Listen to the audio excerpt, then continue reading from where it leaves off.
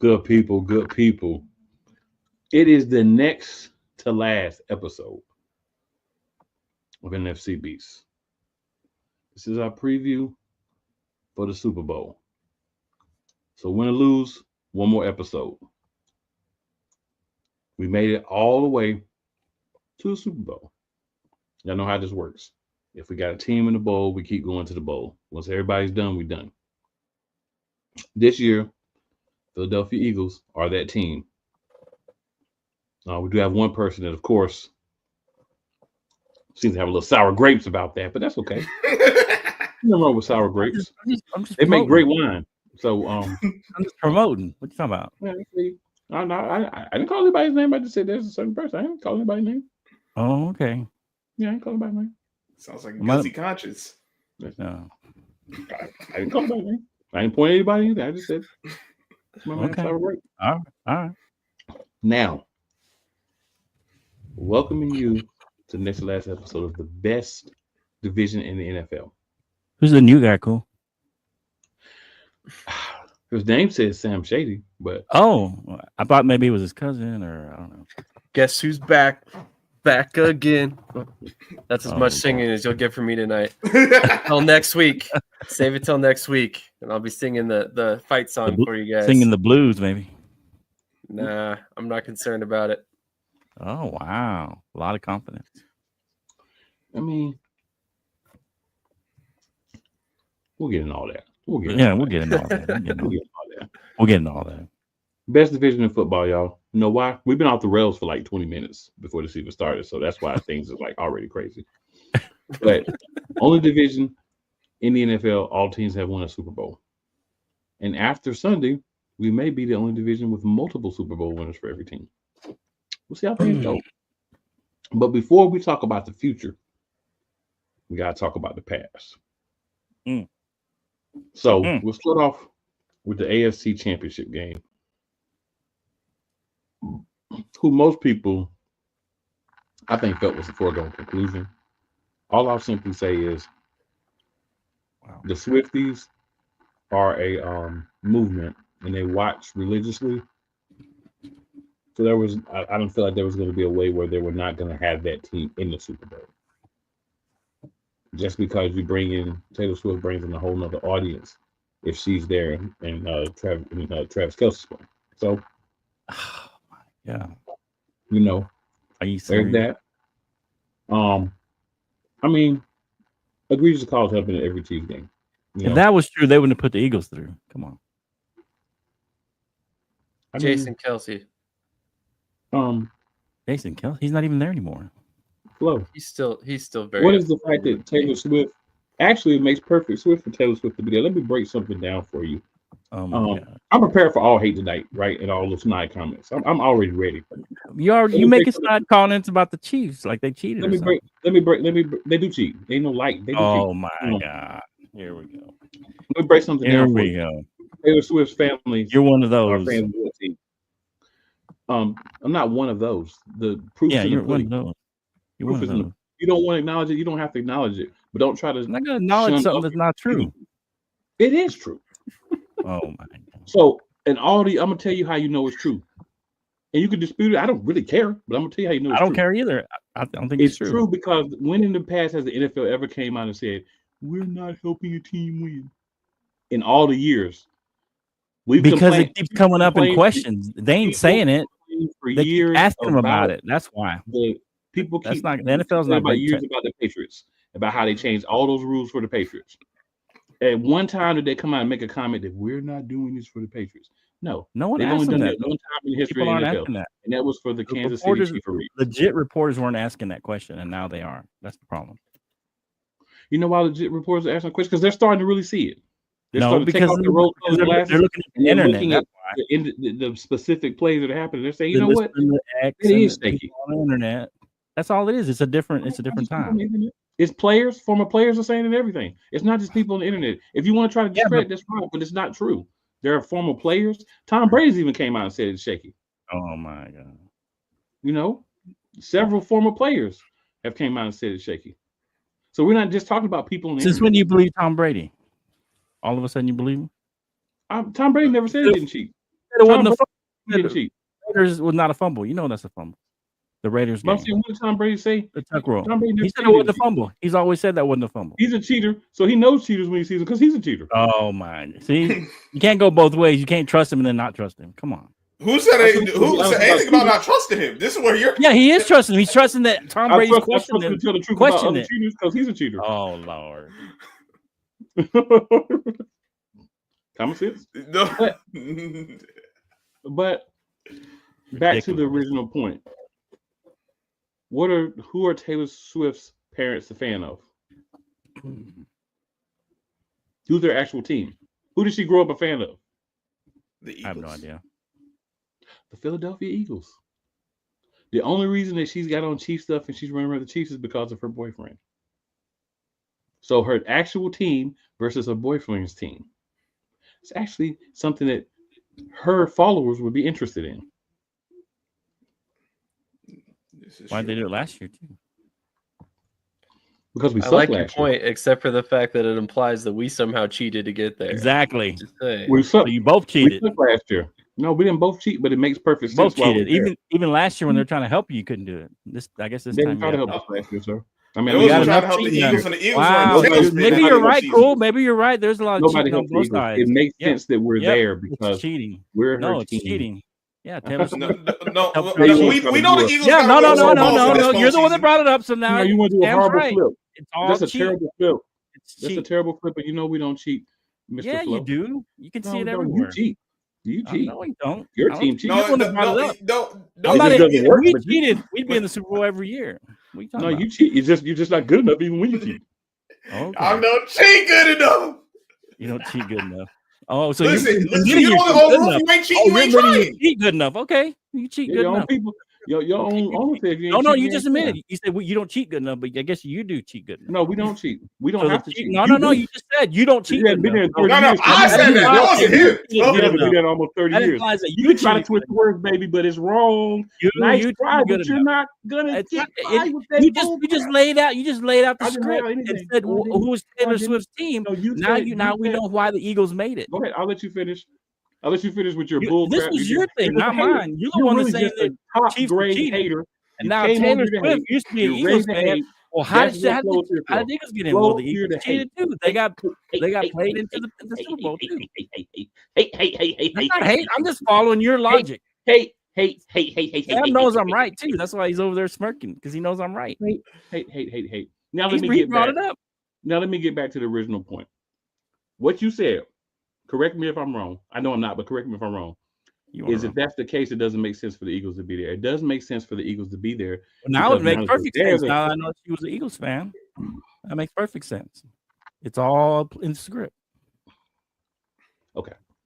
Now you script. Now 5 minutes ago, you were arguing. Oh, nobody cheats. Well, I'm and following your cheat, logic. you Cool. know, now I'm you following your flipping. logic, cool. So no, you're flipping. No, You're it's flipping. either both cheating or it's You're not. There's no flipping. cheating. No, it's not So you both figure cheating, out because which if one both it were is. cheating, we Cool. wouldn't You have- figure out which we one it wouldn't have is. got screwed 2 years Either ago. both sides If we're cheated. both get there. cheating, we wouldn't have got screwed. Neither 2 years one ago. did. Nice try. We're Can't not have it putting both up ways. with it. Cool. We're not hearing it. No, we're not. It's Yes, bull crap, you and are. we're not hearing it. Just admit it. Blah, You're blah, both blah, it's cheating crap. or It's neither crap. one. They're cheating. Kansas City's been cheating for years. They cheated against San Oh, Francisco last year. They cheated against San Francisco the year before. They cheated against us. They've been Well, cheating now for you years. They cheated regular enough to season. get in They too. cheated So to get now to the Super Bowl. hey, It's you're out better there. Everybody cheater knows than it. If anybody you don't else in want the to admit that they're NFC. getting more calls than they should, then that's something that you can deal with yourself. But we I don't all have see to it. do it because no one's getting more calls than See it. anybody else. Come We on. all see it. They do get more calls than anybody else. Name another team in the No, Super no, Bowl no. that hasn't got If you one look at the call. You stats, gonna do that? Allen You got numbers. Allen getting Name more Name one, Flo. roughing the passer calls than Patrick Mahomes. Albert Flores. Answer this question. Oh my God. Name another team besides the Kansas City Chiefs that have won multiple Super Bowls without getting one holding call on the offensive line. Name one. You can't because it hasn't happened. They're well coached. No, you can go back to the film Right. and see how many players they had ain't Come called. on, come on. Don't do Your that. hate follows the same Outta pattern here. every week. Your hate's been following the same pattern. So I'm already. Did y'all get a prepared bunch of for it. holding calls? I didn't see a bunch of holding calls No, on the Eagles. no. And they be holding a But we lot do too. get some. I be But watching we them do get too. some.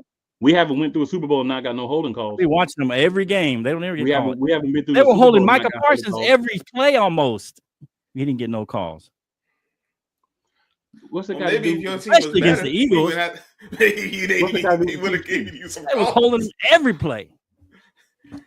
You don't have to hold it. That's You what want to you talk about that? like We can talk about it. No one You gets just every throw- you just call. throw it No in one the spot, misses dude. every call. No one. It's just part of it. It's a human Kansas factor. City Oh, has come not on. had a Come holding on. call on the offensive You line in 4 Super Bowls. Okay, name a team that's made it to the Super Bowl with just 2 holding calls. Name a team that's made it with no holding calls. Name That's why I it asked with one you to do. holding call. And you You answer my question first. It's anecdotal. First, you answer You my can't question. prove anything like First, that. you You answer can't my prove question. that. You're gonna go Answer my back through question. history to check all the holding Answer calls my that were question. missed. Come on. Answer my question. Name a What? team that's been to multiple Super Bowls that hasn't gotten one holding call on the offensive line that entire time. You name Okay, one. You haven't name answered one my that's question. name one Because that's you had can't. one the whole time. You name me one that has name one none that's had one. because Kansas City You has name one that's none. had one. Okay, but Name you have me to one that name has one that's had none. one. Only You one can't holding answer my call. question, so you're trying to You do can't some answer the BS question accounting. either. I don't have to How answer am the I going to question answer a because you question answer that I mine. didn't look up? I asked you a question you can't answer. I can't And answer a because you question. can't answer, all you can do is give sit there and me say, a random question out of midair that you give me. I can't answer that. That's crazy. You want me to answer a random question about the whole history of the Super Bowl about holding? Come on. America's the Cowboys suck. This is dumb. Anyway, let's Because get to the show. now you're acting. Now So, you're just AFC acting dumb. Championship Cole, game, 'cause as I was you're saying, asking dumb questions. as I'm I not was the one saying, doing that. as- Now hey, you're just being that's how you look. irrational. Hey, look at everybody else. You're being irrational. It's okay. I'm I not understand. irrational. I'm just pointing out the obvious. You could have let him get to his point, and we could have all went by now, I'm dog. pointing out the obvious. I get it. I understand. I get it. Sam, that's why I have to be quiet. He knows I'm right. Everything go around and everything I'm besides done. answering the question. That's cool. You can't answer the question. You can't answer the question either. I can't. You can't answer my question, so I don't have to answer your question until you answer mine. I don't have You to answer mine, yours then I'll either. answer yours. If You I answer answer mine, you I'll first, answer then yours. you answer me. You can't answer me, so you're just doing you BS. can't answer mine either. So What's up, everybody? We're ready to go on with the show, bro. We're ready to go on with the show. Thank you. I'm ready. I've been ready. You want to ask me weird questions? What you mean you been ready? You been interrupting the whole time. You ain't let me I finish just yet. said you can't say that about finish and he yet. goes You off in ready. his diatribe about Taylor Swift being an Eagles fan. No, You That's why they're in there now. He about You one could side. have waited till your Eagles turn aren't and cheating. get you it. Wait after all his have a points. turn. I'm not gonna. But you I'm can't. not But you can't let me go, right? Because you're a hater. That's why you can't let me no, go. because you're You're saying hating, dumb you're a stuff. hater. Even I have my Sam opinion. said You don't have to that agree with my implies we opinion. cheated. I get to have an opinion. It doesn't have to be the same as yours. Okay. Well, mine's not the same as yours, Alright. but cheating? Come on. Yeah, they cheat. They cheat. Oh, If you don't like it, then you had your own opportunity when you had your turn to say what you want to say. But as Scrub so eloquently put it, you ain't let me say but like 2 lines. Because what? You're a hater. And the hating you is built up. And that's okay. That's not hating. That's just stating the obvious.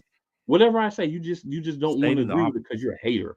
And that's fine. No, I'm stating But the obvious. back to the actual game. Even So your Kansas buddy City, Sam did win the stated game. the obvious. A lot of questionable calls. Some good plays from them as well. Buffalo Bills did not help themselves out as well, right? Because the one thing that I said 2 years ago and still holds true now, if you're going to beat Kansas City, you got to be up at the end of the game by more than 1 score. Because if you're down by 1 score or less, what's going to happen is one of those calls is going to happen that it may actually be a call, but it hasn't been called all game, right? And then all of a sudden it gets called when it helps Kansas City, but it hasn't been called all game. So that's going to happen. And, there are going to be some people that don't agree. But if you go back and look at the film and actually look at it yourself, you'll see that it does happen. And if you don't want to acknowledge it, that's fine. You don't have to acknowledge it. But you don't have to cut everybody else off when they're talking either. But some people still do. Scrub, any thoughts? On the AFC the Bills or who I thought they were. That's why they're home now. That's exactly why they don't listen. They get against the Chiefs. This seems to be a lot of the AFC teams, but specifically the Bills. I know they go against the Chiefs. They in the playoffs. They play stupid. James Cook was running over them. Now we're gonna put it in Josh Allen's hands. What does that work for the Chiefs and for the Bills in the postseason? They'll leave it in Josh Allen's hands. Honestly, why did they beat the Ravens? Because they actually kept it out of his hands, gave it to James Cook. I thought they should have given him more and the other backs, but they kept it out of his hands. He didn't screw up the game. They won. He had the ball in his hands. Came down to a fourth down. Dude should have slid the protection. He didn't. Game over. Because you know what's going to happen with the Chiefs getting that ball back with that amount of time. They're going to get a first down or 2. Run out the clock like they did. Listen. Sean McDermott. I think they maxed out on him. He should have been bounced out. He's not going to be bounced out, but I think he should have been. I think they should look for a new head coach because you're not. It's the same thing every time they play the Chiefs. Your defense ain't holding up, and Josh Allen can't close it out. Doesn't make no sense to me, but that ain't my decision to make. But this is what the Bills get, and I get to laugh at them for it. Shout out to the Canada Bills. Because we dang on sure don't claim here in New York. Well, I don't at least. Couch, by all means. All right. And so eloquently put there, Scrub, a nice geographical hate on those Buffalo Bills. Like that take. I think like the cool point earlier, where it's all about that Kansas City making that play when at the most opportune times. And that's the thing where, like you said, you have to have a lead on this team when you are. It's almost like you got to put the foot on the gas when you have a Kansas City. When you have those type of situations, you have to almost pretty much put them dead to rights, because pretty much they are a team when their back's against the wall, they just perform. And that's another one. And you look at another performance there where this is the first time that they've scored 30 points in a game.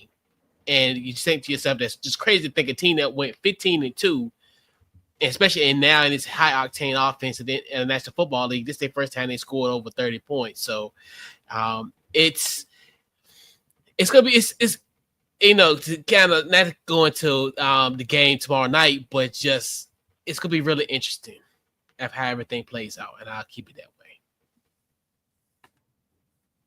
Flo, now it's actually your turn.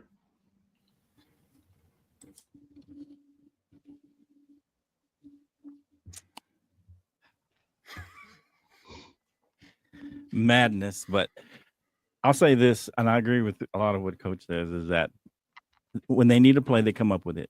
You look at Patrick Mahomes, and he only rushes maybe once or twice a game during the regular season, but you look at all the postseasons, he's always got more rushing attempts, because that's when he saves it. He saves it for those times when they really need a third down or a first down. They're on the third down or fourth down, and they really need it. That's when he uses his legs, and he just uses it strategically. And they make the plays when they need to. They used to say, when you have less penalties, that just shows a well-coached team, and you have a lot of penalties, that just shows a poorly coached team. So teams that are coached well aren't going to have as many penalties. That's just the way it is. And teams that are poorly coached, you look at all the teams at the bottom, probably the bottom of the NFL, they probably have a bunch of penalties. Why? Because they're poorly coached. And this team is coached really well. And Spags came up with a blitz that, Josh Allen almost came up with that play, but it was a rush throw, and it was a blitz that they haven't done all season. So they do things, and they save things for the playoffs, and that's what they do. And they're going to save some things here for the Super Bowl. So they've always got something up their sleeve. They're always trying different things that they haven't done all year, but they've probably been practicing all year. They've probably been, doing them even in the postseason practice and things like that. And so the Chiefs they're a smart team. They're well coached, and the Bills just aren't as well coached. Josh Allen had a great season, and he almost pulled that one off. And I don't think we should disparage Josh. I think they did as well as they could. Not knowing. For me, I don't even think a lot of people thought they were gonna win that division just because they lost a bunch of players. They lost Diggs. They lost quite a few players. They really don't have any playmakers to speak of that we could name before the season started, of course. And so it's just one of those things where Josh kind of carried him, and he limited a lot of his mistakes that he made, especially last year, not having as many interceptions. They didn't have him throwing the ball. They only had him making plays when they needed to, and they just came up short. It was only a 2-point game or a 3-point game, whatever it was. So it's not like they lost by a bunch. So it was a close game. Both teams played well, and just Chiefs came up with enough plays to win the game. Sam? I have the same reaction every time somebody says the refs are the ones that change the flow of the game. At the end of the day, if you don't want the refs to be a factor, beat the other team. beat them into submission.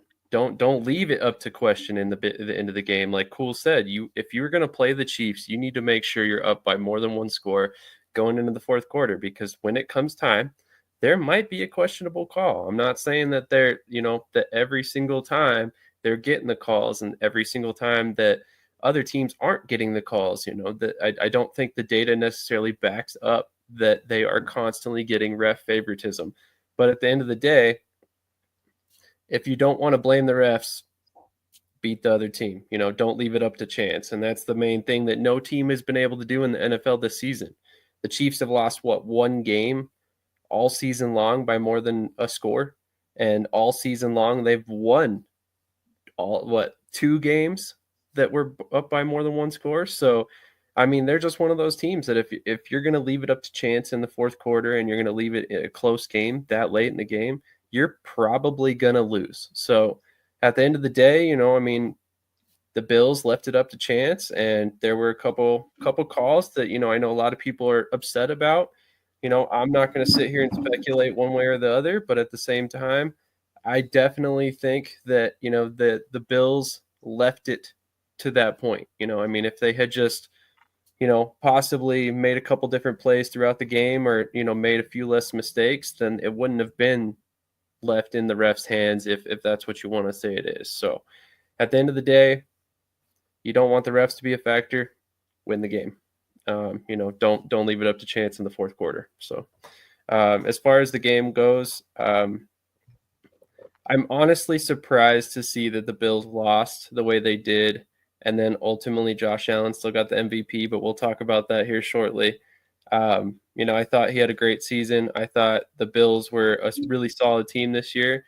But at the end of the day, I think we all knew that, if KC was going to be in that AFC Championship game, there weren't many teams in the league that could realistically, beat them at that point. It's just how it's been the last 5 seasons. And, I've heard a lot of complaints about not wanting to see Chiefs in the Super Bowl. Well, that's another thing that I have to say.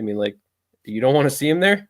Figure out how to beat them. Like at the end of the day, when it matters the most, it just seems like nobody can seem to develop a game plan that's gonna beat them when it matters the most. So ultimately, we have another rematch. It's going to be an interesting game next week tomorrow, and I'm very excited about it. So technically next week.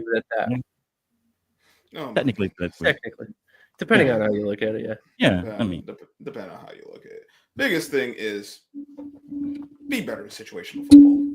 And we know the Chiefs actually, regardless of how we feel they are, and the Bills specifically against them, and you won't get them losers out my face. I don't ever want to hear about no dang on Bills again. In the playoffs, that's normally bad, yo. All right. So now we had an NFC Championship game. And I'm going to start with Couch Coach because I feel like he should be the one to set it off with his thoughts on the NFC Championship game. Me and him have already talked. I understand his thoughts, but I would like for him to eloquate those thoughts here on the D's to everyone. Yeah. And, a lot has happened in these last, 13 days. I feel a whole lot better. But if we would have did the show last Saturday, I would have been on some flow. We would have been here until Kendrick Lamar performed in the Super Bowl tomorrow night. I would have been talking everybody's head off all week.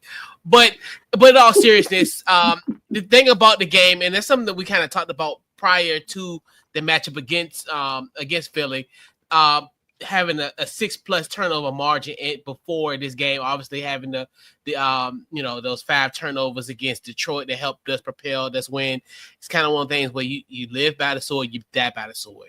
A game like this and this magnitude, having all those turnovers, those 4 turnovers turning to 28 points, you lose by 32 points. That was the difference. And all those plays, all those turnovers, they were literally, you took 2 steps forward and then you took 2 steps back. And that's the thing that happened in that football game for us. Obviously, you think you had a great clock-killing drive in the first possession, and then what happens on the first play for the Eagles? What you said, cool? You see Saquon nameplate, and you read his nameplate, it's over. And I think that's what happened with us. It did every time we had an opportunity to kind of get back in that game, a turnover happened. And then the starter brought the camera back. Obviously, the Jay Daniels interception that pretty much led to 21 consecutive. Well, not 21 consecutive, but obviously what happened after that. Then Will Shipley came in the game and he scored and what have you. So it was just one of those where, hey, the turnovers, that was the major difference in this game, and that's the reason why we're not playing tomorrow night, and you guys are playing tomorrow night, and hell of a season. It's better to love to never loved it all. Fair enough. Flo, since I do recall you saying the Commanders were going to win. So how about you? You go next first. What are your thoughts on the NFC Championship game? Yeah, I mean, it felt like at times that the Commanders were trying to give this game away. I mean, with the fumbles, especially. I agree with Coach that definitely changed momentum. And so those turnovers didn't help at all. And so with turnovers, I mean, that's what's going to happen. And I think if we think about probably most of the season, I mean, this has plagued the Commanders most of the season. They've had multiple games with turnovers. They just happen to pull off the victories. And so, like Cool was saying, Taylor Swift, this used to be Taylor Swift's team growing up. And if you look at the penalties, the Commanders were penalized more than the Eagles. And so that was another piece of it, that they were penalized more. 9 penalties against the Commanders, only 5 against the Philadelphia Eagles. And some of those, weren't a lot of yards, but they gave you a first down. So or they took away a first down and things like that. So, yeah, turnovers and penalties that help the Eagles. Taylor Swift being a former Eagle fan, I think that's part of it as well. Making sure the storyline lines up with the Chiefs and the Eagles. Taylor Swift, grew up Eagles fan, so I agree with Cole on that. I think that the refs helped them out, and the turnovers definitely helped as well. So I'm glad you went, and I was planning on going after you. So let's put the penalties into a real light here. How many penalties were there on the one play where the guy kept jumping over the top? That was like 4 or 5 of the penalties, correct? On that one goal line stand. So let's add that when you're trying to do your little overall, like, the Commanders had 9 and the Eagles had 5. Let's talk about how they got 4 on one play. So that kind of balances out and lets you understand what really was going on. I mean, they moved a couple of times, but they didn't call it. So shout out to Frankie Louvu. Shout out to Frankie Louvu. Frankie Louvu was flying over the top multiple times. He did it so much that the referee was like, if you don't stop, we're gonna go ahead and take care of this. So give him the points. You never heard that in my life. And it should be eliminated. They should be eliminated. You can look it up, it's in the NFL rule. I know, but no one's ever brought that up. Tell me a game they've ever brought it up. It is in the rule book. Yep. Yeah, it need to be eliminated. So don't count Cool if you can't answer the question. So. I was actually talking. I'm gonna stop acknowledging the crap that you do. We let you talk. When you talk, nobody else jumps in. But when other people are talking, coaches jump in too, though. So, but you do it every time. But you do it every time. So, back to me, because it's my turn. You had your turn. There was 4 on one play. Also, I never even insinuated that the NFL or the refs were helping the Eagles get to the Super Bowl. That's just something that you want to make up because, again, you are a hater. You brought it up. No, you're a hater and whatever else. And I know you're so ready to want to jump in and say something else because that's what you do, right? But we let you talk every time. But back to me. I think that the Commanders had a great season, right? And I think there were so many outside voices telling the Eagles, you're not going to win. You can't do this. You can't do that. So many people betting against the Eagles that they came in ready to play because this is a team that a lot of these guys have been to the Super Bowl. So they understand that you don't always get an opportunity to go to the Super Bowl. And they also understand, and I said this when me and Couch Coach did our Super Bowl preview, I think the Commanders are one of those teams that you're looking at and saying the next 2 to 3 years, they're going to be a problem. So we better get them while we can, right? Because once they are able to add some more free agents, once they're able to fix some of the issues, this is going to be a team that's going to be a problem and it's going to hold a team like Dallas down even longer. So I think the Commanders are going to be the main rival in the NFC East and in the NFC in the next couple of years for the better teams in the NFC. So I think it was imperative, and the Eagles understood we got to get this win now because 2 years from now, it may not be the same situation, right? There were turnovers. Um, I don't expect someone like the gentleman below me to give credit to the defense for causing the turnovers. We just try to make it seem like I mentioned the dropped turnovers. the ball on the floor. But credit to the Philadelphia Eagles defense for causing turnovers and punching at the ball and trying to make those type of plays and doing those things. And I think this is a learning step for the Washington Commanders because they're getting to understand, like, okay, we did play this team twice in the regular season, but this intensity that they played us with this NFC Championship game was different, and they're going to learn from that because they're a team on the rise. And when you're a team on the rise, sometimes you have setbacks. The Eagles have been a team on the rise before. Back in the 80s or 90s, the Cowboys were a team on the rise. The Giants have been a team on the rise before. We've all been a team on the rise before. So when you're on the rise, sometimes you don't make it all the way right away. But they did a lot better than I think a lot of people felt they would for this season. And I wanted to commend them for that because I said in the offseason that I felt this team was going to be, in the first episode as well, I felt that the Commanders were going to be the second best team in the NFC East, and they did that. And I think next year they're going to be fighting for number one. We know that there's normally not repeat winners of the NFCs. So if the Eagles don't repeat next year, I feel the biggest rival, at least as of now, is going to be those same Commanders. For the game, all I really say is that sense of urgency. I think Washington kind of like we were playing with house money. No one even expected us to be here. And the Eagles was more like, we got to get it done when we can. And you saw that in execution. But again, a lot of those guys, it was their first time in that situation. Their first time in the playoffs, maybe their first time in the NFC Championship game. So it's a learning experience. And Washington's going to be better for it in the future. We did get the dub. We are headed to the Super Bowl, but Washington's going to be a problem. Sam, anything you would like to add, sir? You covered most of it.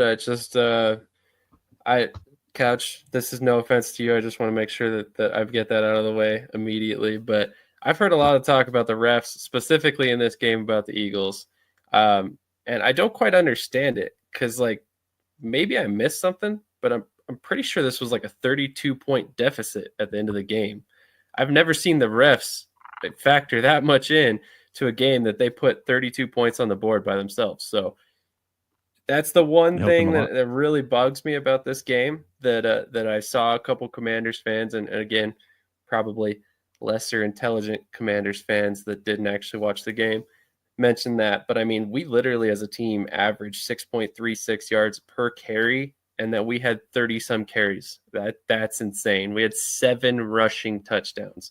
Jalen Hurts only threw 8 incompletions.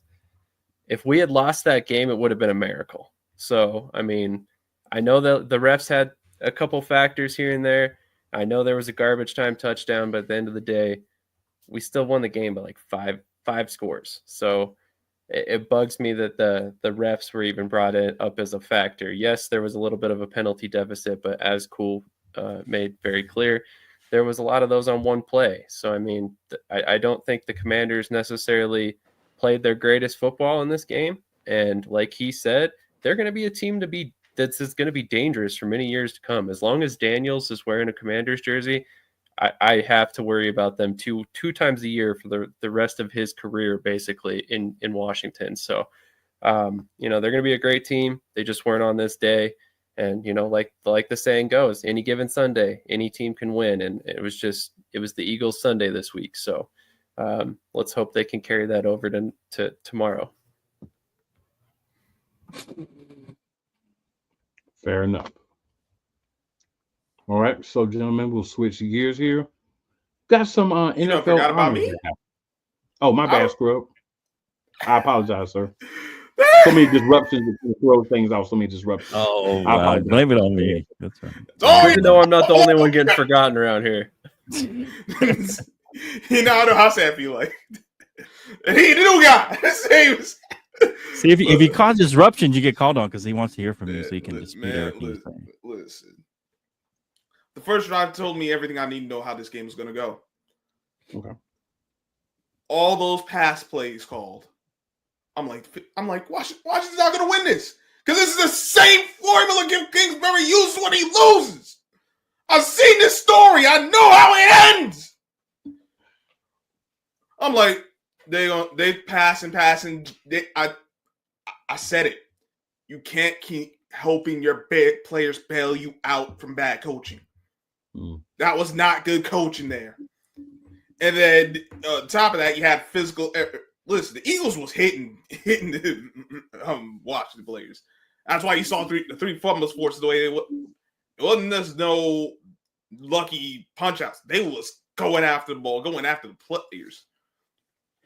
I think really the second turnover is where the game really ended for Washington, because they were only down 10 at that point. I'm like, all right, they could get that. Nope. Fumble. Eagles go down the field, score. I'm like, oh, this game over. And it was fun. So, like, listen, I had fun watching this game. Even though the team I picked didn't win. Someone was gonna win. I didn't want to win anyway. So, but the Eagles, they did a lot of things. They forced pressure on Jaden Daniels. They forced turnovers. Defense was over the place. The run game, they really couldn't stop the run game. Saquon on the first play of scrimmage. I don't know how he keep doing it to y'all, coach. Well, you gotta find something to stop this guy. He is. Do you owe him money? Do you owe him money? Did you take an old girlfriend of his? What did you do to this man? Because he keeps doing this to y'all. You did that to him. You told him to get his own deal, and he got a deal in his own backyard. It's your fault, bro. It's your fault. We all abuse him. Like he was doing this to y'all before he left New York. That's what I'm trying to figure out. What did he do to him? I don't know, but it hurts. It hurts. It hurts. It's terrible. I know. Oh man, but yeah, I have nightmares. From hard for me to sleep these last 13 days. No, dang. He on the John Murray plan. We need the same couch, coach. I need to laugh out of that. Listen, man. The game was the game. Like, I don't want to hear about the dang all refs. I don't want to hear about this. Washington got further than I ever thought they would. I didn't even think they made the playoffs. They made all the way to the championship game. So I got to give them props because I thought this team was probably a year out from the playoffs and probably like 2 or 3 years out from making this kind of run. So, and like I said, something I underrated. Y'all got the right kind of veterans, coach. Y'all got the right kind of veterans. Y'all retooled some of the young pieces. Y'all gonna be a problem. I wish my team was gonna be a problem, but this ain't about losing teams.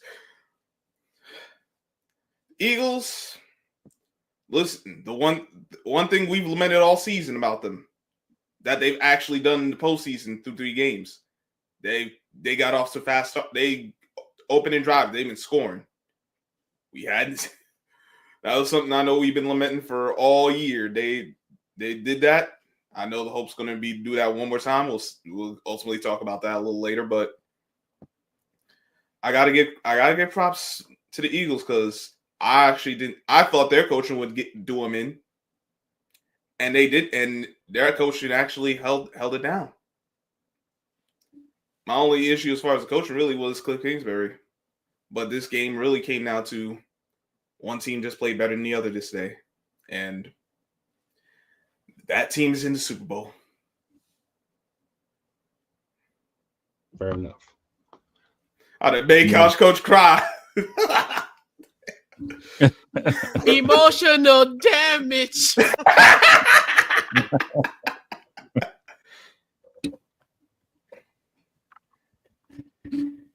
So we do have. We'll switch those gears now. NFL honors. All those good information. We'll go over some of them. We'll go over most of them, let's say. So we'll start with the Jim Brown Award. Saquon Barkley won that, the Eagles running back. And since he did also win Offensive Player of the Year, we can just kind of talk about both of those, at the same time. For me, Saquon Barkley, I feel like definitely was the Offensive Player of the Year. Definitely was the best running back this season. He did all the things that you expect and want your running back to do to help your team be successful. A lot of other players had to sacrifice their own personal stats, the wide receivers, the quarterback, all those guys, tight ends, everybody. But because of how great he was playing, I feel like you do that, right? We heard Devontae Smith say, "Hey, man, we run the ball. If that's what we do and we win, we run the ball." And that's kind of the mentality you want to have. And we have a guy like Saquon playing the way he played this year. You kind of want to ride that. You want to get behind that. You want to support that. You want to let him go out and be the best version of himself he could be. And I feel like that happened. Congratulations to him. He is an Eagle. But even if you were not an Eagle, anybody that has a top 10 all-time rushing season, you got to give props to. So can't win MVP as a running back, though. Just offensive player. That's just where the NFL is right now. That voting. Oh, what are your thoughts, sir? You say float? I did say float. Oh, okay. I didn't think I'd go next. Just thoughts in general for all the awards, or one specific, or specifically Saquon. Oh, Saquon. Okay. Yeah, Jim Brown Award winner as well as the Offensive Player of the Year. Yeah, I mean, I can't disagree with Saquon. I thought he was the MVP to me because he brought the most to that team offensively. He was the difference maker for them.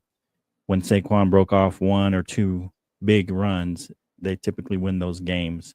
And when you held him in check, basically shorter runs, 10 to 15 at the most, maybe 20, and he doesn't break off a 40, 50, 60 yarder, then the team usually struggled or didn't win in those games. So to me, he was the MVP. I would give Offensive Player of the Year to Joe Burrow, considering the numbers he put up, MVP numbers. So I would give it to Joe Burrow and give Saquon the MVP. That's the only reason I would say I wouldn't put Saquon as the Offensive Player of the Year, just because he should have been MVP. And then I would give Offensive Player to Joe Burrow because he had an outstanding season. It's just, his defense let him down most of the season. And I just think he put up the numbers. If you look at his numbers, he put up better numbers than any QB, I think, in the NFL this year. That's valid.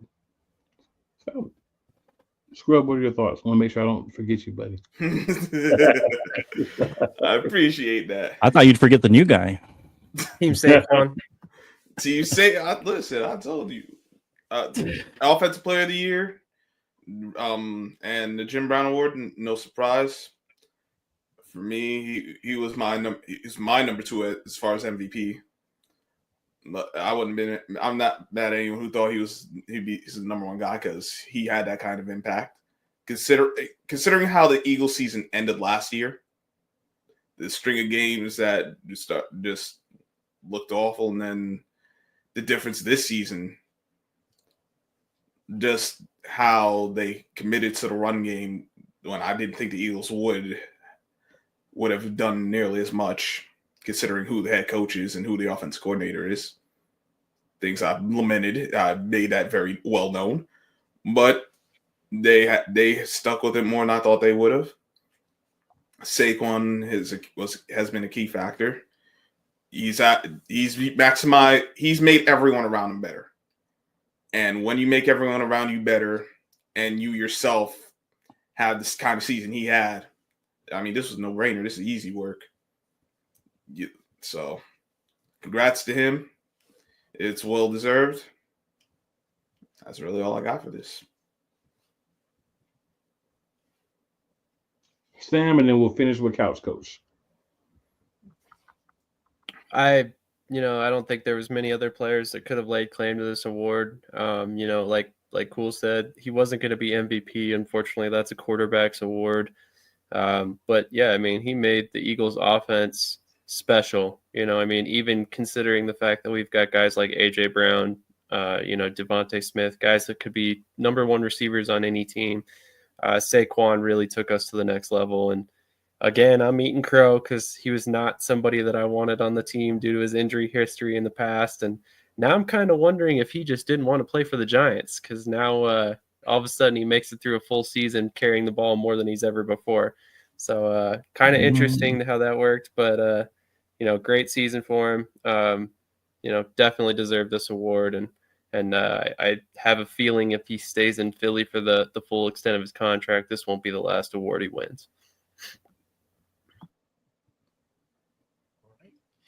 Yeah, and I think with these awards, it's tied with a narrative. I think that's the thing where I don't like what's going on with this, because I almost agree with Flo's point where Saquon Barkley, in all likelihood, is an MVP. When you think about a dictionary textbook definition of what a most valuable player is, it would be Saquon Barkley. But we know as far as how the running back value has been, the running back value has been devalued in these last 2 years, and it would be kind of going against the previous narrative about the whole running back scenario. I mean, you think to yourself, and I think that's going to be the difference in this Super Bowl. You having a guy like a Saquon Barkley, because you think to yourself, you guys won going in the regular season 12 of the last 13 games of the season, and he was the catalyst of that. And like we've always talked about, what was the difference between Philly run game and the first? Yeah, you had guys that could hit singles, doubles, and triples. You got a home run hitter. You got a guy who pretty much has got you to this point. So to me, yes, I agree. Where yes, I think in Flo's case, to kind of wrap it up, he should be the MVP if you're looking at from the textbook definition of it. And then also, I think you said have like a Joe Burrow having that offensive player because of his stats and what he's done, despite that team not making the playoffs. Because that's another narrative too, where it's about winning and also being productive. And so you really couldn't do it for Joe Burrow because he was one game short, which now you think to yourself, damn, they would have beat the Patriots. They might have been in the playoffs, but that's here or there. But yeah, that's my take. That's cool. All right, AP Coach of the Year, Assistant Coach of the Year, Ben Johnson from the Lions. I don't think there's really any argument there. I'll go through a couple of these, and if you guys want to, just have any thoughts on them, you can. The Deacon Jones Sack Leader Award went to Trey Hendrickson, the Bengals defensive end. And then the Salute to Service Award presented by USAA went to George Kittle, the 49ers tight end. I'll just simply say for those 3 awards, congratulations to the people who won them. I think Ben Johnson was pretty much a shoe-in based on what the Lions did this year. Trey Hendrickson, lead the league in sacks, you get the award, right? And then the USAA award going to George Kittle. That's cool that he got the Salute to Service Award, so that's awesome for him as well. You guys have any thoughts? Just feel free to give your thoughts. We ain't gonna go through all this. I won't go too long on it, but I would have picked Brian Flores over Ben Johnson because I don't think Minnesota does as well as they did without that defense. I thought the offense was at times kind of fraudulent considering who the quarterback was, and I don't have much faith in the head coach. I thought Brian Flores meant more to his team getting to where they got to than Ben Johnson did for his. Not that Ben Johnson isn't deserving of the award. I'm glad he won it. It's good for him. I just personally would have picked Brian Flores. I was just going to say, think about how valuable that signing for the Bengals has been with Trey Hendrickson. That guy was a middle-of-the-pack player in New Orleans. He comes to Cincinnati, and all of a sudden he's just a world beater. It's actually pretty amazing to watch what he's done in Cincy. Funny. 2 ex Saints players go to other teams and turn into great players. Interesting. Yeah, Any other thoughts, guys? And shout out to my little nephew, Ben Johnson, former quarterback, University of North Carolina. I'm cool with it. Obviously, you might have threw a cliff in there, but I'm still ain't mad about that. But definitely shout out to him, and he'll be doing his thing in Chicago. So shout out to my little nephew. We ain't giving no love to Cliff Kingsbury over here. I would actually second that. Like, I would get behind that. If he had won the award, it's definitely deserved for him as well. Who? Cliff, yeah. I mean, I think Oh. you do what you did with Jaden Daniels, even though he's a great player. Don't get me wrong, but that was impressive. It was fun to watch. So, yeah, I agree with. I'll just go since I haven't gone, but I agree. I think Cliff Kingsbury does deserve some credit and some consideration. I mean, I don't think he was one of the finalists on there, but I think his name should have been in there. But I think probably ahead of Ben Johnson, I think Vic Fangio, I think, deserves a lot of credit. Basically, the number one defense overall, and the way they turned around. And they started out a little shaky at first, and then I just think he did a great job with a couple of rookies on the defense, and just the way he's put that defense together, been able to get a good pass rush most of the time, and just the way he's been able to mold that defense, in his image. So. I think I would have been mad if he got it, just because I think he's done a great job. All right. And then 2 awards for Josh Allen. So we're just going to talk about both of them, of course. He won the Art Rooney Sportsmanship Award. And as most people have anticipated, did also end up winning the MVP as well.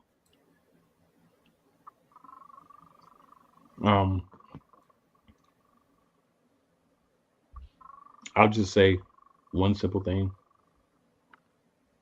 They've been telling us all along that this was going to happen. They've been talking about Josh Allen like he's the MVP. They've been kind of setting that mood, and he won. I wasn't surprised at all. Flo, what are your thoughts on Josh Allen as MVP? I know you've kind of given us those a little bit, but what are your complete thoughts on that, sir?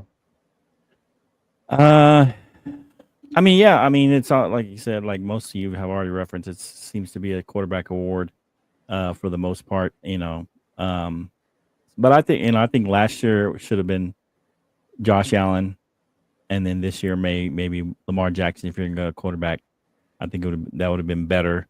So it seems like you're doing NBA, a makeup call. Should have given it to Josh last year and give it to Lamar this year. But if you're going to give it to a quarterback, but I still think Saquon Barkley should have won this award regardless. This was the year because there was so much, you weren't sure. You had Lamar and Josh. You weren't really sure. I mean, because people were going back and forth who was the favorite. People were, putting in for Lamar. And then some people were even putting Joe Burrow's name in there because, he was having great numbers. Even Jared Goff was getting consideration. Darnold was getting consideration as well. And so this was kind of those that not really one was just totally running away with it as far as the quarterback. So this was, I think, the year to give it to a running back where you didn't have a clear-cut winner. I think this was the year they could have changed the narrative and made it a running back and give it to a running back this year. So, but they didn't do it, and so it just continues to be a quarterback award. But, I mean, I think he deserves it. I think he deserved it more last year, and I think Lamar deserved it more this year, and it's just kind of a flip-flop award. But, I mean, they got one, so, it is what it is. That's the way they run the MVP now, out of a narrative. So that's how you're going to have to run it from here on out unless they start changing that. And they could have done that this year with Saquon having a running back win it and kind of change the narrative a little bit. But it is what it is. Yeah, Josh Allen also was half of the FedEx Air and Ground Players of the Year. Jamar Chase was the Air Player of the Year, and Josh Allen was the Ground Player of the Year. So he did get another honor. Just want to make sure we throw that out there. Sam, Okay. What are your thoughts?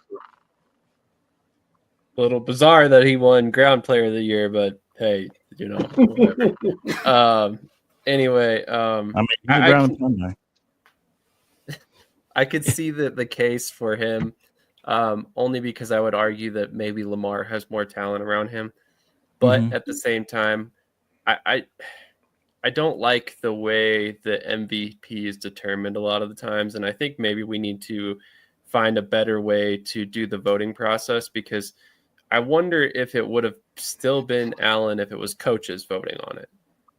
Because I mean, Allen's super valuable. Don't get me wrong; he's probably the most valuable player on his team. But in the league, I have a problem with that. I mean, I think that, like you guys said before me, it's kind of picked on a narrative, and who cares about those narratives? The media. So a lot of these media members are doing the voting. Former players or not, I think that a lot of times they miss the bigger picture, and this was one of those years that I think Lamar, whether it would have been his third, his fifth, his seventh, it doesn't matter. I think that he deserved it, in my personal opinion. But we'll see how things go down in the future. I mean, I would like to see them change the voting process, though. Couch coach. Yeah. Great points, fellas, on this situation. Yeah, I agree. I still want to have my stance as far as for the Saquon angle as well. But this is another one, the narrative. And I just found it, this is where it's like, I find it funny that the media members that voted for this MVP put Lamar as first team All-Pro. It's counterproductive. And like you said, we knew that people were giving us hints that that Josh Allen was going to be the MVP. It's almost like we knew this was going to happen. It's a foregone conclusion. It kind of reminded me almost like kind of the Joel Embiid, Jokic, if you want, from an NBA angle, where I think they didn't want Lamar to get that third. So they were like, well, let's get him into this. Let's get Josh Allen into the fray in a sense. Well, I think, in my personal opinion, if you look at it, and that's another thing, what are we doing as far as the MVP? Are we doing it based on stats? Or are we basing it on who's the most valuable? And I think that's where, you say one thing and then you vote with another. And like I said, and yeah, Josh Allen does deserve the nod as well. I do agree he has deserved it, because obviously if they didn't have him, this Buffalo Bills team would not have been in the situation we just talked about a few minutes ago about them being an AFC Championship. I agree with that. But you look at like Lamar's stats. I think Lamar had 41 touchdowns and he had 41 touchdowns and 4 interceptions, compared to Josh Allen had 28 and 6, 28 and 6. So and then the argument for last year, I think Lamar only had 24 touchdowns last year, and he won the MVP.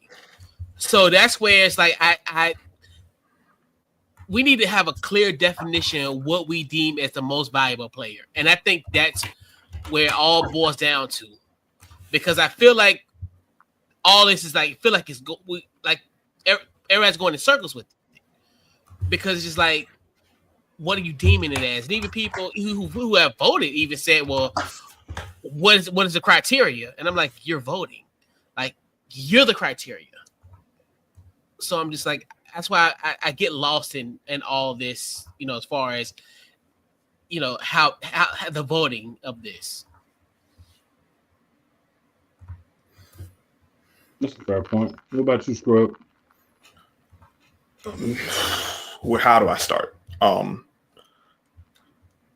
don't think Josh Allen should have won this MVP. I damn sure don't think he should have won it last year.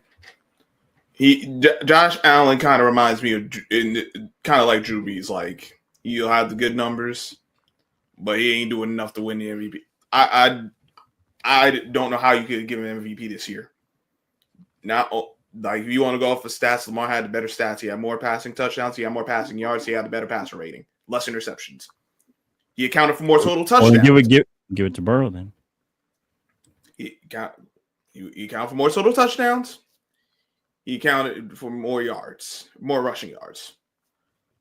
On top of that, if you want to go to Washington play, I saw Josh Allen throw 6 touchdowns in a game and look bad in that same game. Because when his team needed him to take the lead, he couldn't do it. He was missing throws. His plays weren't making. He wasn't making the plays he needed to. He's the only guy I know who got 6 touchdowns in a game and still look bad.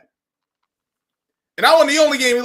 He had some real stinkers. He had games where the team really did bail him out, And not that we haven't seen games where a quarterback seen bail the quarterback out as opposed to the other way around, but I didn't see anything from Josh Allen that told me like I would give it to him over Lamar.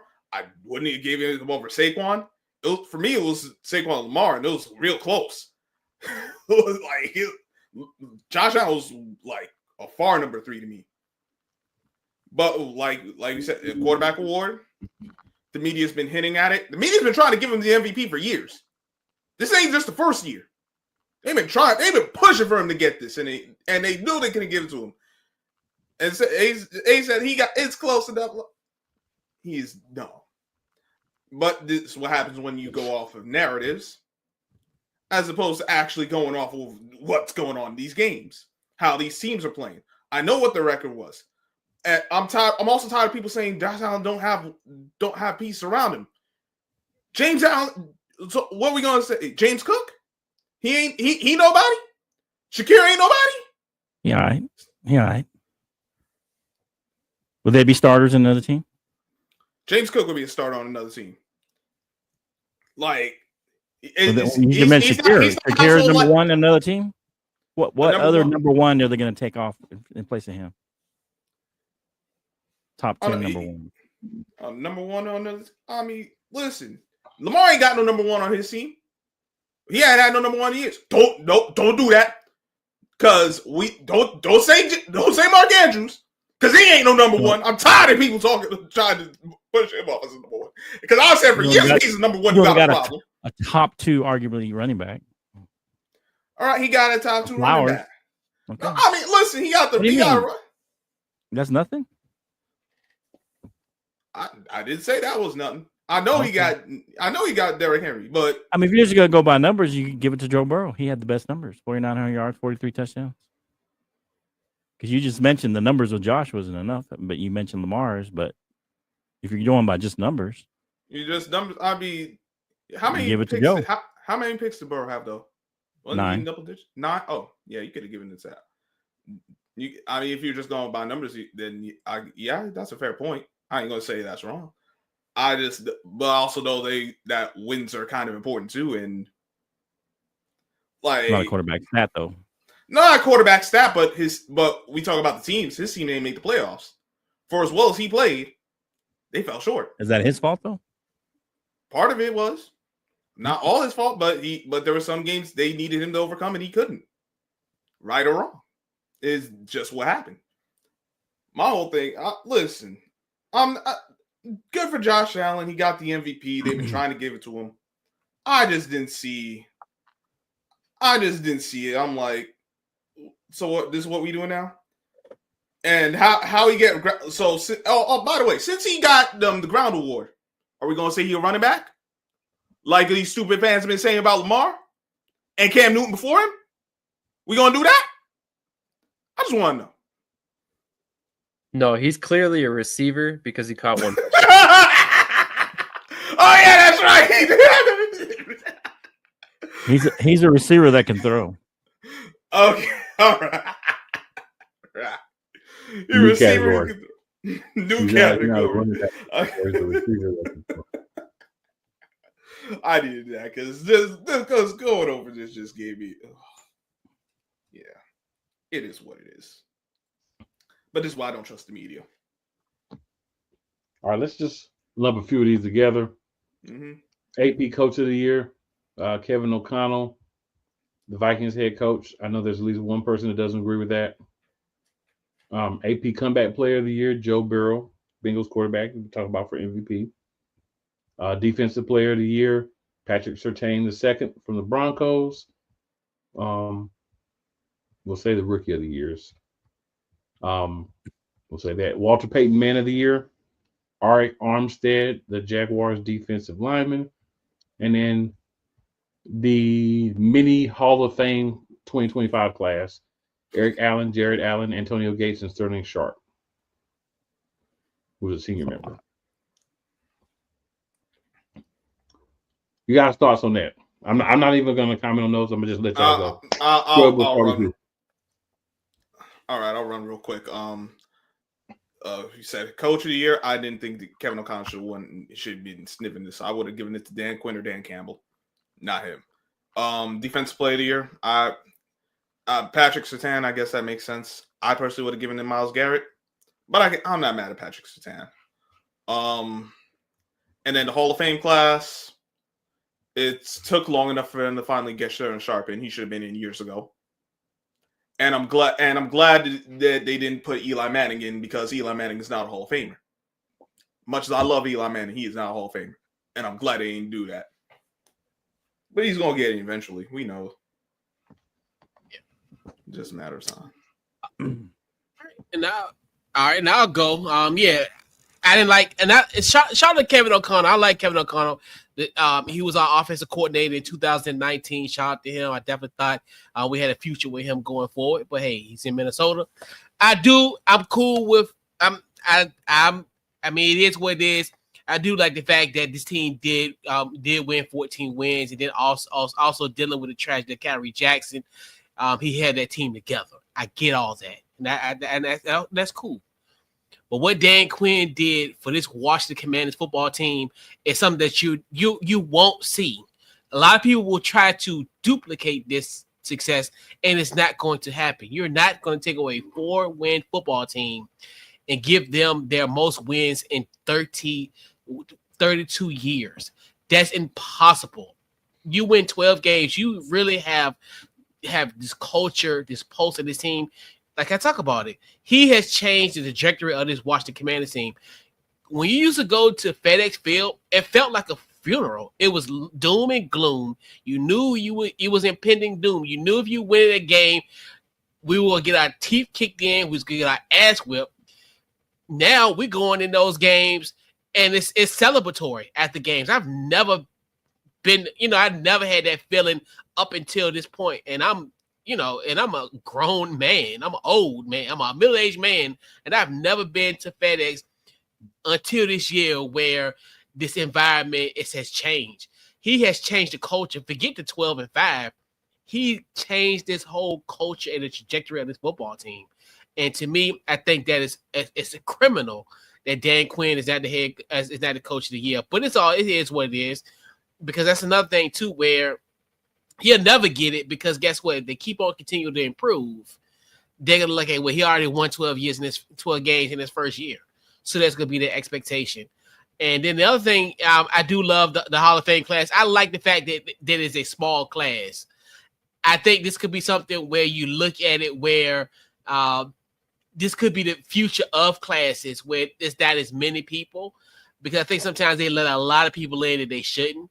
And I do agree because I thought that Peyton and Eli was going to be the first brothers to be in the Pro Football Hall of Fame. But thank goodness Shannon Sharp and Sterling is there. And I think and I don't care, and I think it was so emotional to hear this story between those two, even before them, him getting elected to the Hall of Fame. And I think anybody on this panel, anybody who's listening to us, who have a brother, you shed some tears. You just look at it, it's a perfect example of my brother's keeper on both ends. The younger brother being my brother's keeper and the older brother being my brother's keeper. And that was such an awesome moment. Completely echo that. Super cool moment to see, and I'm kind of glad they filmed it. It seemed a little staged, but it was awesome to see Sterling's reaction. I mean, he deserved it. Especially the impact that he had on the NFL while he was in the league. But the Coach of the Year award, in my opinion, it definitely should have gone to Dan Campbell. No disrespect to what Dan Quinn did, but the amount of injuries that the Lions had, and then for them to just keep rolling the way they did, like I don't understand how O'Connell quite ended up with it. I mean, I get the narrative with the tragedy at the beginning of the season, and don't get me wrong, that is obviously a huge factor. But at the same time, I think Campbell did a really good job holding his team together despite the injuries this year.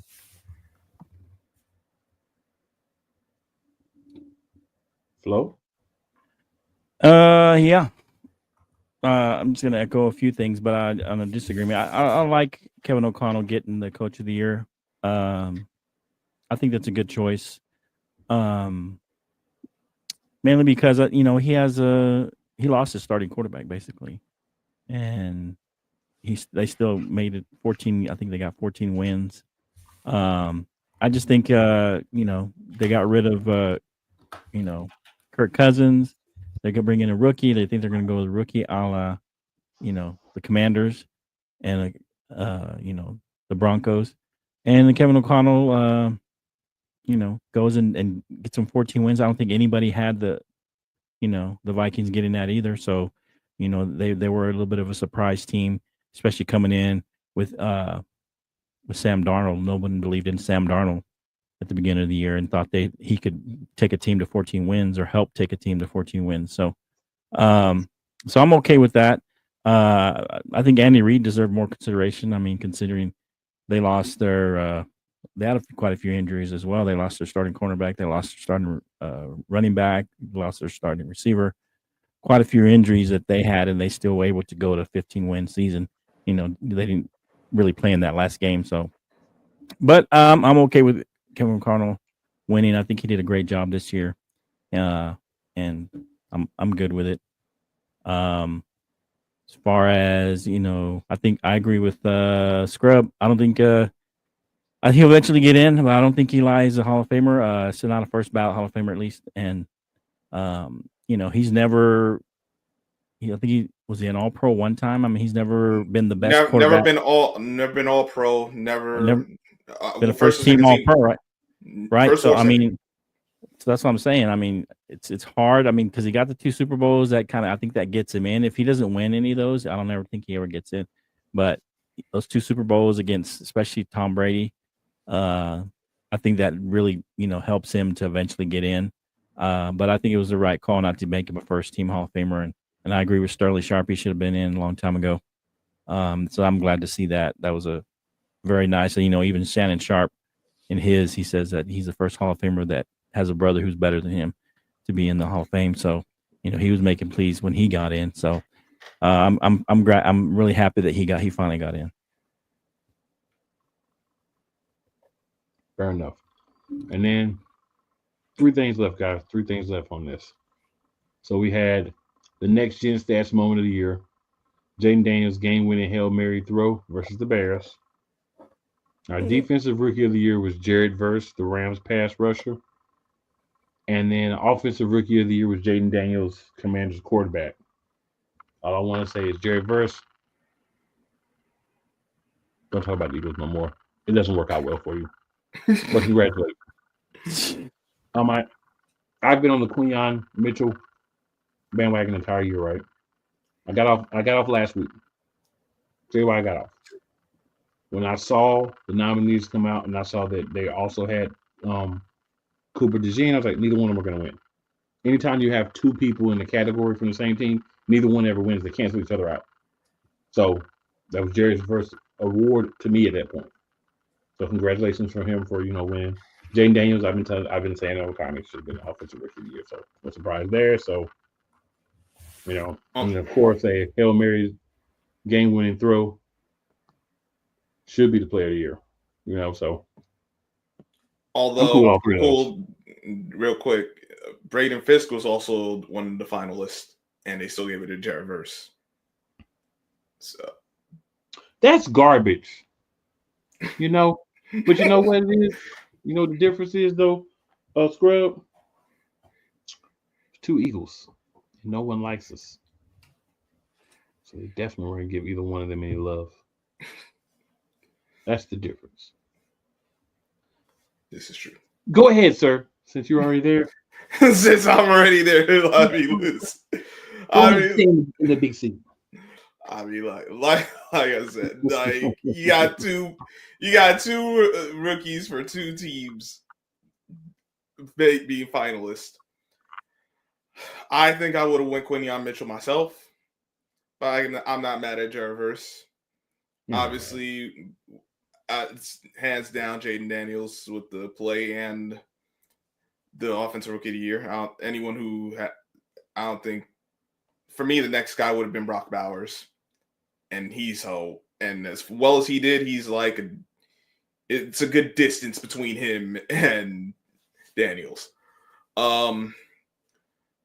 Only thing I'll say about the Hail Mary play is all that would have been avoided if the Bears DB just actually focused on his dang on job. But you see, that's why the Bears are the Bears. Hopefully, with Ben Johnson, they will stop being poverty, but until proven otherwise, they are a poverty franchise. Yeah. Shout out to Jared Verse. Yeah, that was I'm not mad at either. Jane Daniels, obviously the rookie of the year. We knew that was going to happen. But the moment of the year just hits different for me. That play, that was on my 40th birthday. That is the greatest sports gift I could ever get in my life. And I found it so funny in that game. At that time I was celebrating with my family, and it was funny. Bears scored with like 25 seconds, and my mom was like, "This game is over. What can they do in 25 seconds?" And what happened? The Hail Mary across the world, and it was such a moment. And it's funny because Colt McCoy beat the Dallas Cowboys on my 30th birthday, and I thought that was the greatest gift. And now, fast forward 10 years later, I'm like, wow, hold my beer. The greatest sports gift that I could ever get to receive was the greatest play of this year. So I love it. It was such a wonderful season. I get emotional thinking about that. Like, real talk. It was such a hell of a season. I've got no complaints with these awards. I think they all went to deserving moments, people. I'll just pass it on to Flo. I concur with Sam. I got no complaints about these. Jared Verse, I had him at the beginning of the season as a rookie. I kind of said I thought he would be a great addition to the Rams. So I like getting proved correct. So, but anyway, no qualms with any of these for the most part, and nothing really to add per se. And Flaw, will give you credit. You did say that on here. I think one of our first episodes. You did say that on here, so I'll give you credit for that, sir. Right. Yeah. Appreciate it. All right, y'all. So, got one thing left to talk about. Super Bowl 59. Philadelphia Eagles, Kansas City Chiefs. Who you got winning? Why? And if you want, give us a score prediction. Flo, will start with you. Oh, wow. Start with me? Yeah, man. Okay. We know he's picking the Eagles.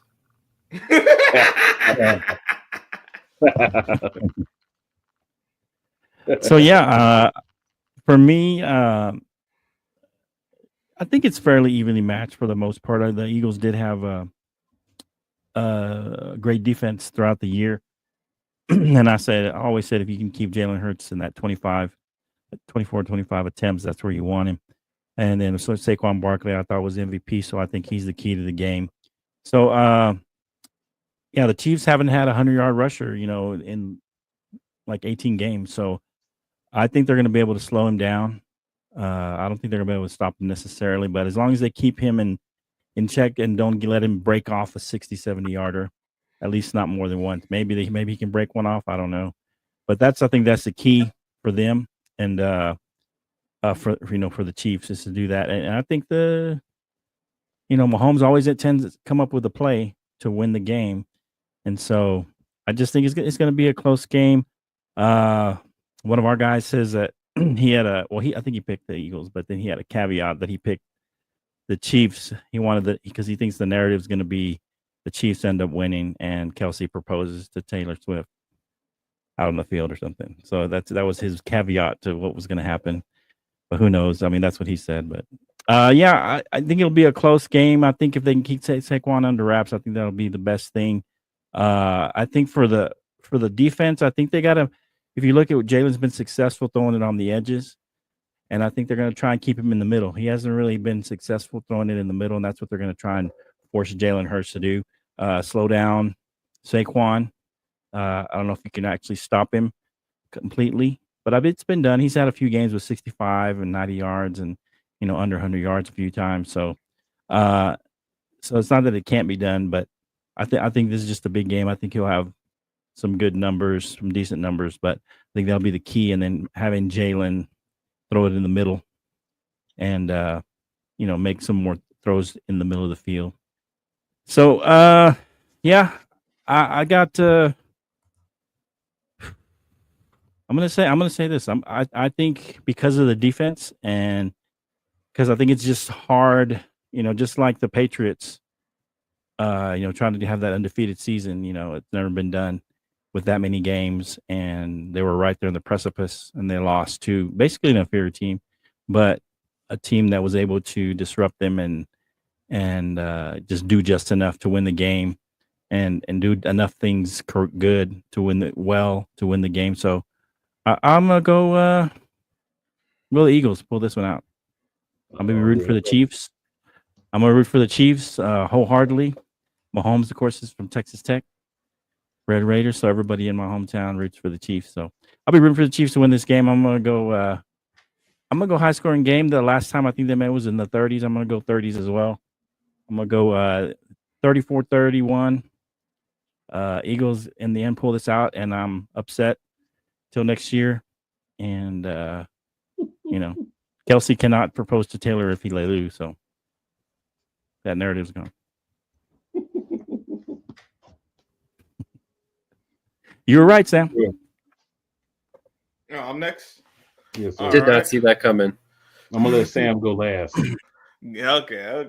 Well, I think this is really going to come down to turnovers.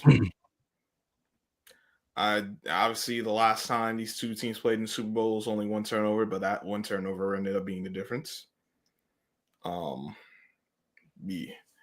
I do think the Chiefs have to find the one thing the teams have not been able to do is stop Saquon this postseason. They're gonna have to find a way to do it because if they don't win. They don't have a choice. It's not we can let Saquon get off and we'll just stop everyone else. No. You stop Saquon or else. I mean, he's been stopped a few games. No, but not in the postseason. Oh, well, and you see that there, and that's really all that matters at this point in the year. If the Eagles, I don't want this game close. I do not want that boy. I do not want Magician Mahomes with the ball in his hands. As much as I make fun of him calling it Patty Mayo, he come up with some type of magic late in these games, which lead them again with a win. But you know what? I still don't trust the Eagles coaching staff. And until they prove to me otherwise, I can't pick no. And they're still the NFC East. And they're still the enemy. And I ain't pick them all postseason. Why the heck would I start now? Give me the Kansas City Cheeks.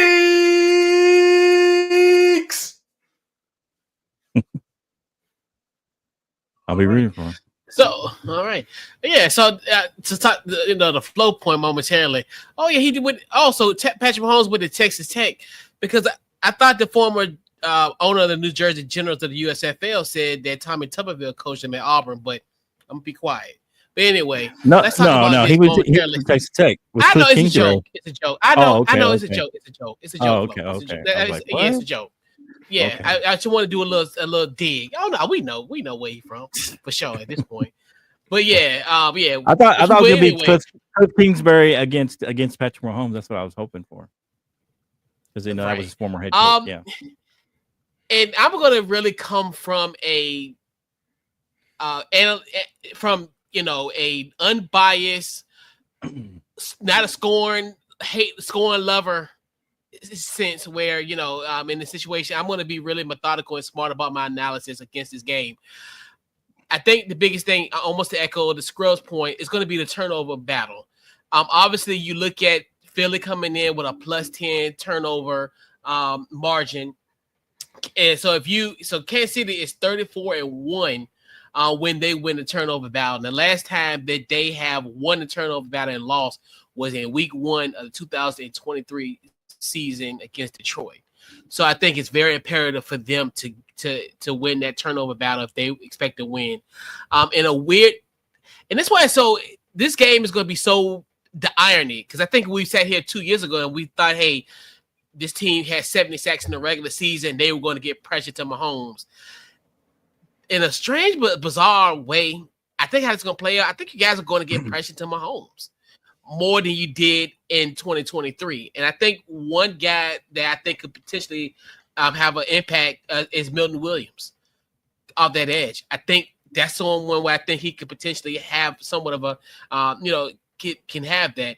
And then obviously Saquon Barkley. And then he's another one that's such a deadly threat. People don't realize the points that he has put up, even not the points, but more as far as the yard production he had in the second half.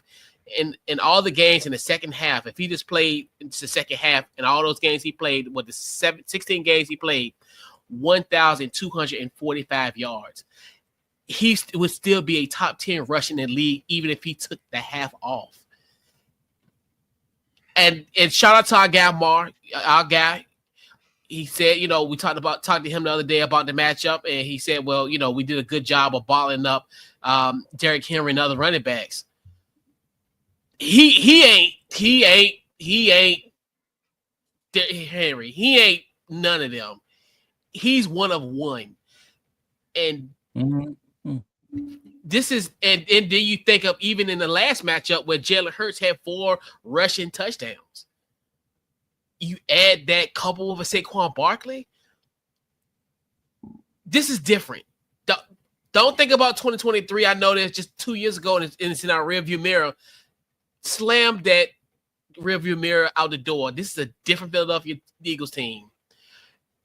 And, of course, my analytic brain, I got the Philadelphia Eagles winning 37-31. You'll win your second Super Bowl, and, you'll be an elite company in the NFC East where you'll be, almost catching up with us and the New York Giants. So, cool, Sam. Congratulations tomorrow night. Okay?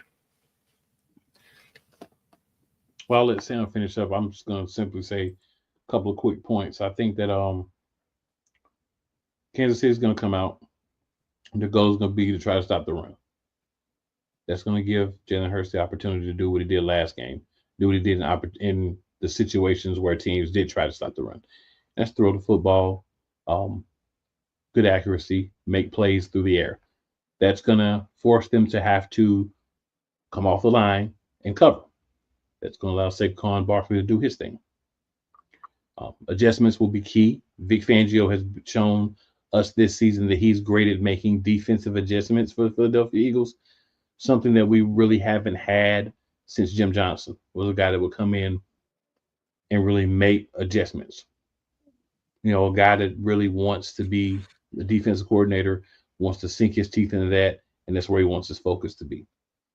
Offensive side, a little concerned because a lot of reports are saying that we're going to be leaving our OC in New Orleans. He's going to be the new head coach. Last time we had a coordinator that was already pretty much out the door, it didn't bode that well for us. But I think this team has so much talent, just top to bottom, offense and defense, that they're going to go out there and they're going to play. A lot of these guys were there 2 years ago when we did not win. And that misery, that pain, that just disappointment, if you go back and watch the videos, you watch a lot of the videos that have been put out by Eagles fans that show that as the motivation. And then we go to this year and what we've done so far. This is a time to kind of get that monkey off their back, to get that negative juju out by getting this win. There hasn't been a team in the Super Bowl era, correct me if I'm wrong, there hasn't been a team in the Super Bowl era that's three-peated. So the Eagles have stopped the three-peat before, and that was, with the New England Patriots. So this is an opportunity to go out and do that again. If you're going to win a game against the Kansas City Chiefs, you have to be up by multiple scores. And when I say multiple, I don't mean 2. It needs to be at least 3 scores. That can be 2 touchdowns and a field goal. That can be 3 touchdowns. But you have to be up enough to where you have a cushion. So I believe that it's going to be a 10-point game, 38-28. And I believe that The Eagles go into the fourth quarter, up 3 touchdowns, lose a touchdown in the fourth quarter, and end up winning by 10 because, they were up 2 touchdowns, a field goal. They go in, they lose a touchdown, and then they end up winning by 10 points.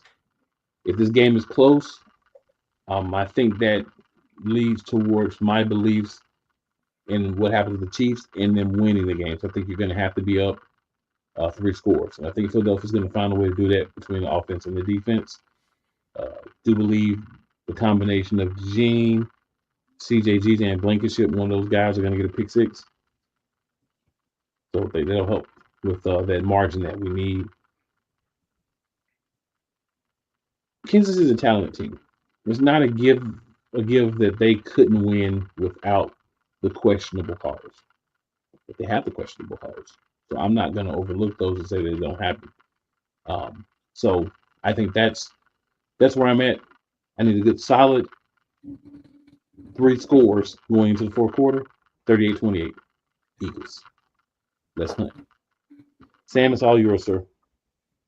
Man, I'm not prepared to say that we have a 3-score lead heading into the fourth quarter, but maybe that'd be great. I'd be on the edge of my seat if that's the case. But one thing I wanted to point out that I think is kind of ironic is Andy Reid in 14 years as the Eagles head coach appeared in 1 Super Bowl.